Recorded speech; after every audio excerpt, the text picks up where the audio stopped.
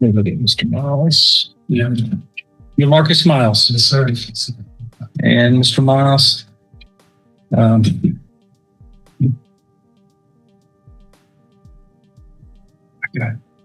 And Mr. Turk is your attorney, correct? All right, go ahead. What are we going to do today? Your Honor, we're asking for... Right off the bat, we're hearing the term reset in court talk. That's basically a do-over.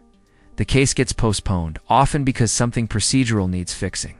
In this instance, they've got the wrong officer's name on the indictment. And trust me, that's not just a typo. That's a technical landmine that can blow up a case. A 3-week reset, at least, in order to get this case re-indicted with the correct officer's name. Okay. All right. Any objection? Did you say 3 weeks? Yes, at least. Okay. All right. Done. Just want to make sure, get a resetting, and then have a reset seat over there before he leaves. I don't think he's going to be able to get a reset because it hasn't been indicted yet. It's reset to come here. Okay. I'm just making sure. We can reset this case, and then when a new case comes, we'll discuss. So I was making sure because I know that if it's going to be a new cause, I just want to make sure we're all in the same boat. So. Notice the confusion here. Even the judge and defense seem tangled in the logistics. This is courtroom chess, except everyone's using slightly different rule books. You ever wonder how many cases stall just like this because of simple paperwork? Don't move it with me. I trust them. Okay. Me too. They're going to get you a reset so the next day to be you. And then just have a seat right over there before you leave. I want to test you to make sure all is well. No, right here. Yeah, you're good. Get a resetting from that lady. And then you're going to need to sit over here.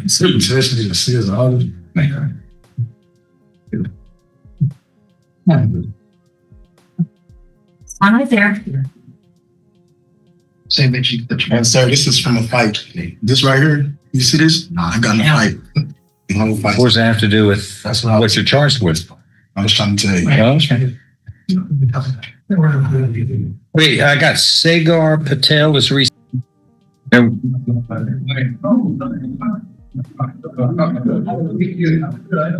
think if he protested too much. Says he's uncooperative and drank a bunch of water and threw it up. Just acting by the way. So If he doesn't do it, his bond is revoked for failing to. you both. I mean, you can see this a mile away. And there it is, frustration creeping in. The judge's patience is on life support, and Miles isn't exactly helping.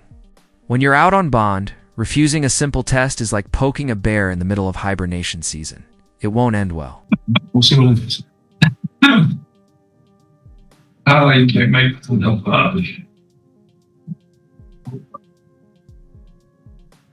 waiting. It's all out. That's what Send that one. you kind of diluted it. Sit down. Sit down. Now what? He's asking him, could I get a little being uncooperative, sir, man? Or, You don't have, you follow the orders. You follow the orders or I'll revoke your bond. You're going to interrupt all day. That's the way you are. You have a rich history of trying to control everything. These are the rules you have to follow and I have to follow. Sir, I've ordered you to give a drug test, the test. If you don't, your bond is going to be revoked for refusing to do that. No matter what the result is, your bond is going to be revoked for refusing a court order. Do you understand? Now, we're going to wait all day if we have to, but if it gets to the dark, it's going to get revoked. I'll get in, man. Go do it.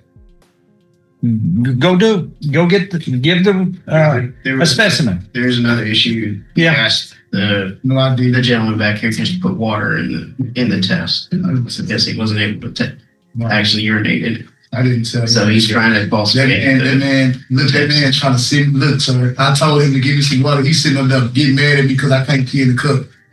He getting mad at me because I can't pee. That's what I'm saying. He getting mad at me. Okay, pause. The defendant's arguing about not being able to pee on command. In open court, you can't make this up. But legally, it's serious tampering with, or refusing a urine sample can violate bond terms instantly. It's not about bodily functions. It's about compliance. Because I can't He said he's going to give you another chance. All right, that's all. Go on in there. And you know, I've been coming up there. I ain't been running for nobody. Not a debate.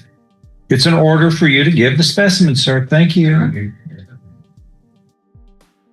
Now you're going back. Who is your lawyer?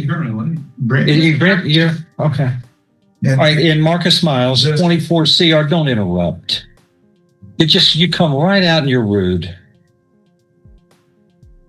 You've been doing all the talking. That's all I hear. Just you back there for the last 30, 45 minutes doing all the talking, but you don't act. You're not acting in a responsible way. In 24CR1680, you were indicted by the grand jury for evading arrest or detention, and that is a state jail felony. And you have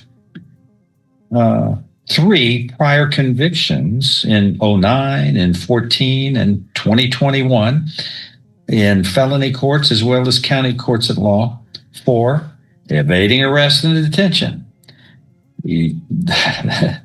I mean, you would think after the first one, you'd understand what the rules are and how it works and follow the law.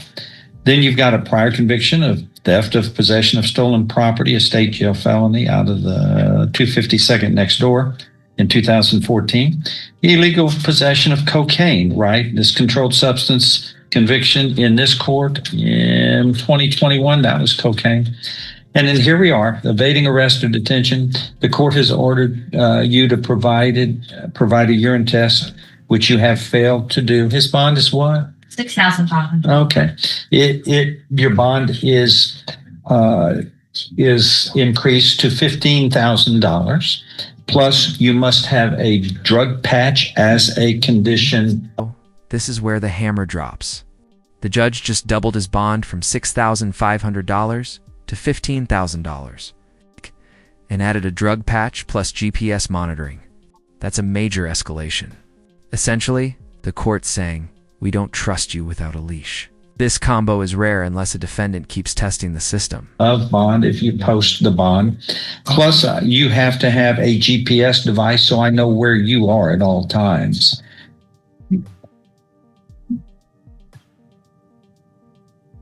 You want me to add some more? Every time you make a crass remark, it's another reason for me to lodge another condition of bond because you're just asking for it. You're giving me reasons why we need to be protected, the community, from your ridiculousness. Don't you think 1, 2, 3, 4, 5 convictions, felony convictions is enough and a 6th one on the way here with this one? It's time you started following the rules, Mr. Miles, like we all have to. Anyway, that's, I want a GPS device. You're going to be on home confinement. You can leave home if you do all of this, if you're able to get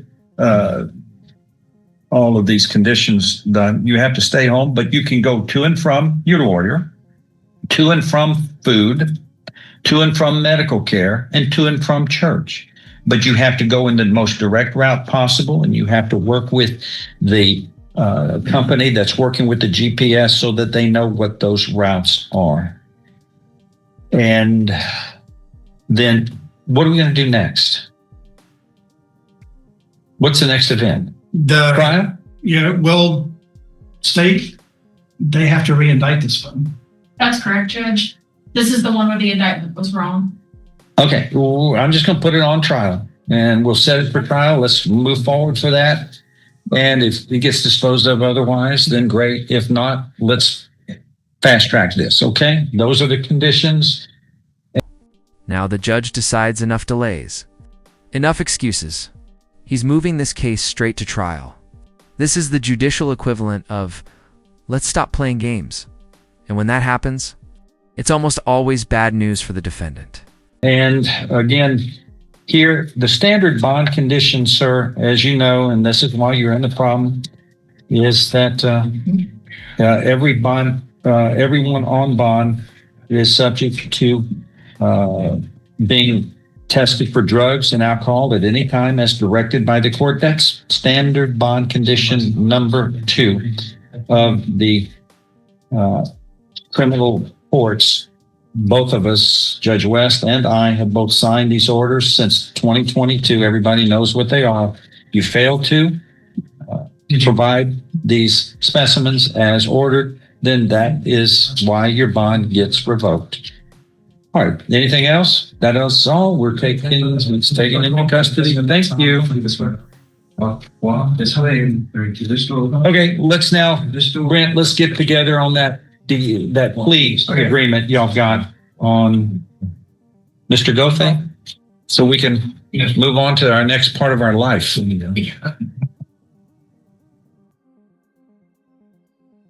That's what you did.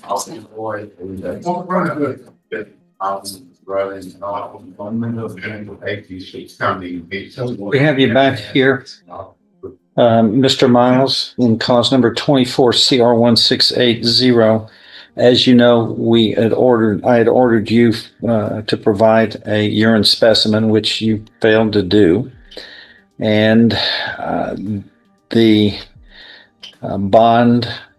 Your bond, because it is based upon requirements, including, you know what? And if there was a felony for interrupting, you'd be guilty of that too. You can't help yourself. You got to be in control. You can't follow the rules of just common decency. So, one of the conditions of bond is you must provide specimens if ordered, and the court ordered you to do that. You failed. Your bond was increased to $15,000. Plus, I've ordered you a drug patch because of your criminal history with illegal possessions of drugs, a GPS, and house arrest. I wanted to make sure you understood that house arrest is you can leave for those necessities, and I think I touched base with them. All medical necessities is a necessity. You need to have medical treatment. You can leave your house to and from the most direct route, food, to your attorney's office. This is all in the most direct route, and also a church.